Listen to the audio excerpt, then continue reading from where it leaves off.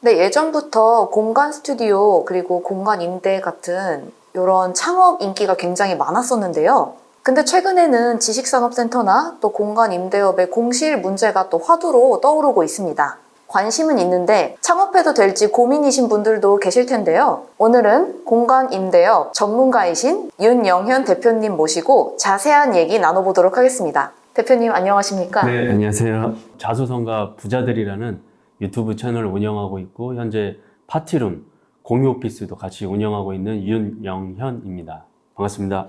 네, 처음에는 공매로 시작을 하셨다고 들었는데 네, 이 공간 임대업으로 시작하게 되긴 계기가 있으실까요? 제가 평소에 여러 가지 투자를 하면서 AI가 과연 대체하지 못하는 게 뭐냐 여기에 대해서 좀 계속 고민을 많이 했었거든요. 그래서 대체하지 못하는 게 땅, 그다음에 공간 임대업 이 두 가지를 대체하지 못한다 생각을 했었고 제가 한 10년 넘게 여러 가지 부동산 투자랑 수익형 부동산을 투자하다가 공간 임대업이 나한테 진짜 가장 잘 맞다 해서 여기에 좀 많이 집중했었습니다.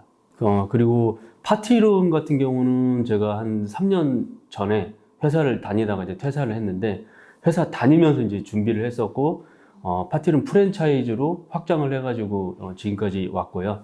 공유 오피스 같은 경우에는 한 2년 전쯤에 제가 공간 임대업에 여러 가지 하면서 이건 좀 틈새 시장이다 라고 생각해서 그때 이제 공유 오피스 사업을 시작해서 지금까지 또 이어왔습니다.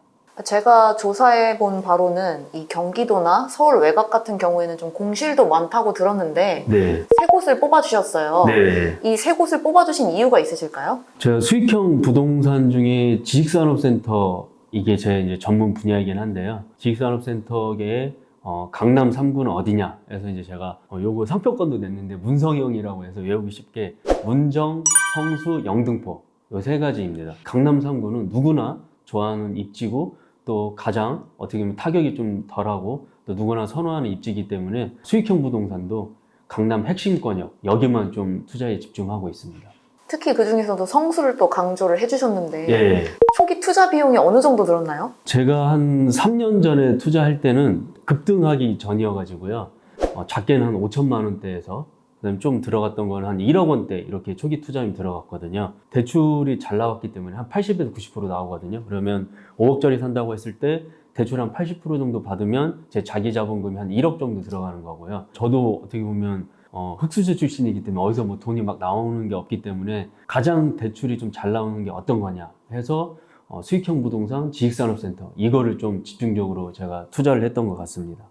최근에 잘 나가는 트렌드가 있을까요, 혹시? 최근에 잘 나가는 거는 파티룸이 소액으로 할 수 있으니까 좀 많이 하고요. 에어비앤비랑 그 다음에 쉐어하우스 그러니까 코리빙 하우스라고 하는데 역세권이랑 대학가 인근 여기에서 지금 수요가 좀 많고요. 지금 엔데믹으로 해가지고 지금 어떻게 보면 대학가 인근에 원룸이라든지 역세권 인근에 그런 원룸 대학생들이 거주할 수 있는 하숙집 이런 수요가 굉장히 많이 올랐거든요. 네. 그래서 대기업들 외국계 기업들도 이 코리빙 하우스를 하려고 지금 좀 많이 진출을 하고 있습니다. 이게 좀 많이 이슈가 되고 있고요. 그 다음에 렌탈 스튜디오라는 게 있어요. 렌탈 스튜디오. 이거는 1인 미디어, 그 다음에 유튜브 촬영 장소, 아니면 OTT, 요즘은 넷플릭스라든지 이런 촬영 장소, 이런 거로 할 수 있는 렌탈 스튜디오, 이것도 꾸준히 지금 인기가 있거든요. 그래서 예를 들어서 이제 내가 파티룸을 하고 있다. 그러면 파티룸이랑 렌탈 스튜디오랑 콜라보로 이렇게 같이 하는 것도 굉장히 좋죠. 그럼 대표님께서는 현재 지금 어떤 거를 소유하고 있는지 여쭤봐도 될까요? 지식산업센터, 상가 이렇게 지금 소유하고 있는데 저도 지금 자수성가 N잡러로 여러 가지를 하고 있어가지고 예를 들어 제가 사업소득이랑 부동산 임대소득, 공간 임대소득, 그 다음에 주식, 그 다음에 부동산 매매 차익 이런 게 나오면 지금까지 계속 재투자했던 것 같아요. 그리고 재투자할 때는 가급적 저도 이제 자본이 별로 없기 때문에 대출이 좀 잘 나오는 것 위주로 했습니다. 이거는 지식산업센터 이야기인데요. 지식산업센터에서 물린 분들도 계실 것 같아요. 네. 이런 분들은 앞으로 전략을 어떻게 가져가야 될까요?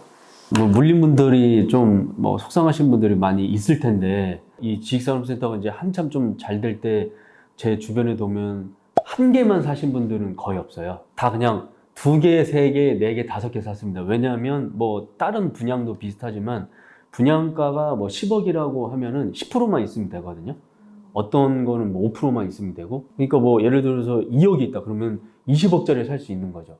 이렇기 때문에 내가 20억 산다 이게 아니고 그냥 1억, 2억이면 살 수 있네 이렇게 가볍게 생각하다 보니까 2개, 3개, 4개, 5개 이렇게 많이 받아보신 분들이 지금 어떻게 보면 물렸다 이렇게 볼 수 있는데, 제가 볼 때는 여러 개 사신 분들은 빨리 이 우선순위가 좀 낮은 거 위주로 빨리 좀 정리하시는 게 지금이라도, 그래서 조금 분위기가 나아지는 내년에, 그러니까 금리 인하 터닝 포인트가 되는 내년쯤에 이쯤에 좀 매도하시는 게 나아 보일 것 같습니다.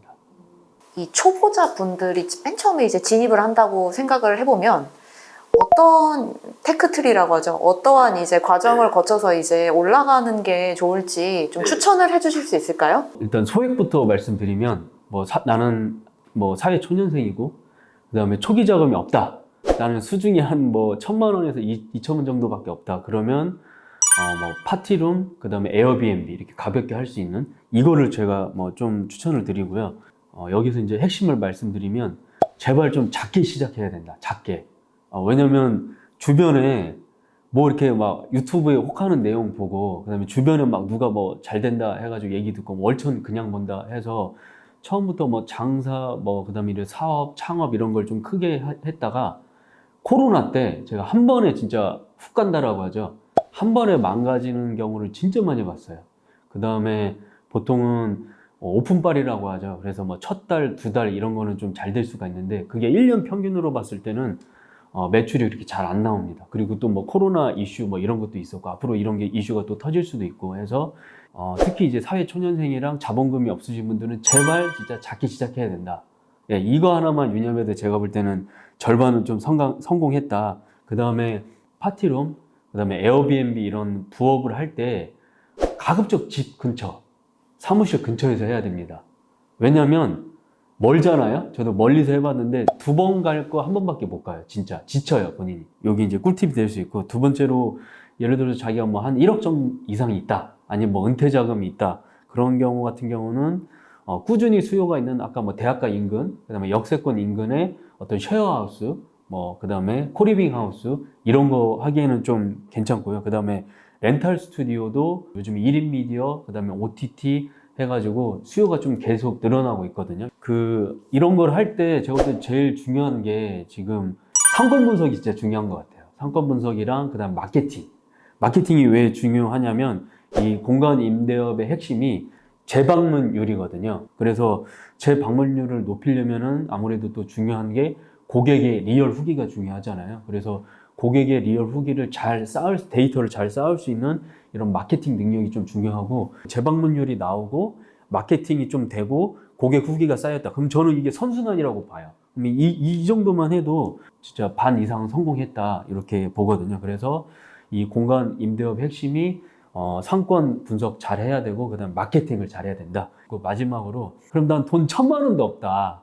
그럼 나 어떻게 해야 되냐? 이런 분들이 또 있을 것 같아가지고 이제 제가 추천드리는 거는, 서울 분들은 서울 신용보증재단이라는 데가 있어요. 그리고 경기도 분들은 경기도 신용보증재단 이런 데가 있어서 저금리로 무자본으로 뭐 몇천만 원 빌려줍니다. 정부 지원 자금, 정부 지원 사업 이런 것도 계속 있기 때문에 이런 걸 좀 알아보면 무자본으로도 할 수는 있습니다. 네, 대표님 그럼 마지막으로 한 말씀 부탁드리겠습니다.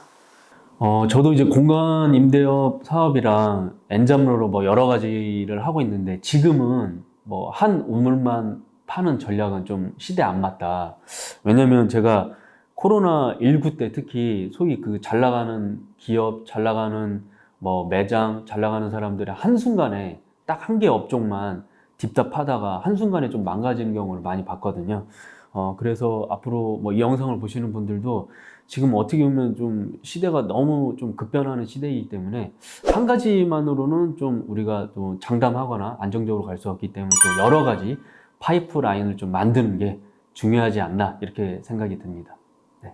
네, 오늘 윤영현 대표님과 함께 공간 임대 트렌드와 대응 전략 함께 알아봤는데요. 오늘 영상도 좋으셨다면 구독, 좋아요, 알림 설정까지 부탁드립니다.